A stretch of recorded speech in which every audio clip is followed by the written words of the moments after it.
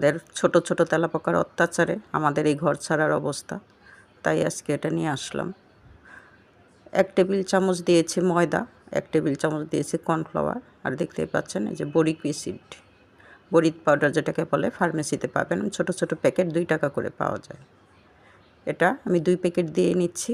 প্রয়োজন ভেদে আপনি আরও বাড়ায় কমায় দিতে পারেন। 2 থেকে 3 প্যাকেট দিলেই হবে। 1 টেবিল চামচের সাথে 1 প্যাকেট যায়। সাথে দিয়ে দিচ্ছি 1 চা চামচের মতো চিনি। চিনিটা দিলে ওরা খাবে। এটাকে সামান্য পানি দিয়ে আমি সুন্দর করে একটু শক্ত ডো করে নেব।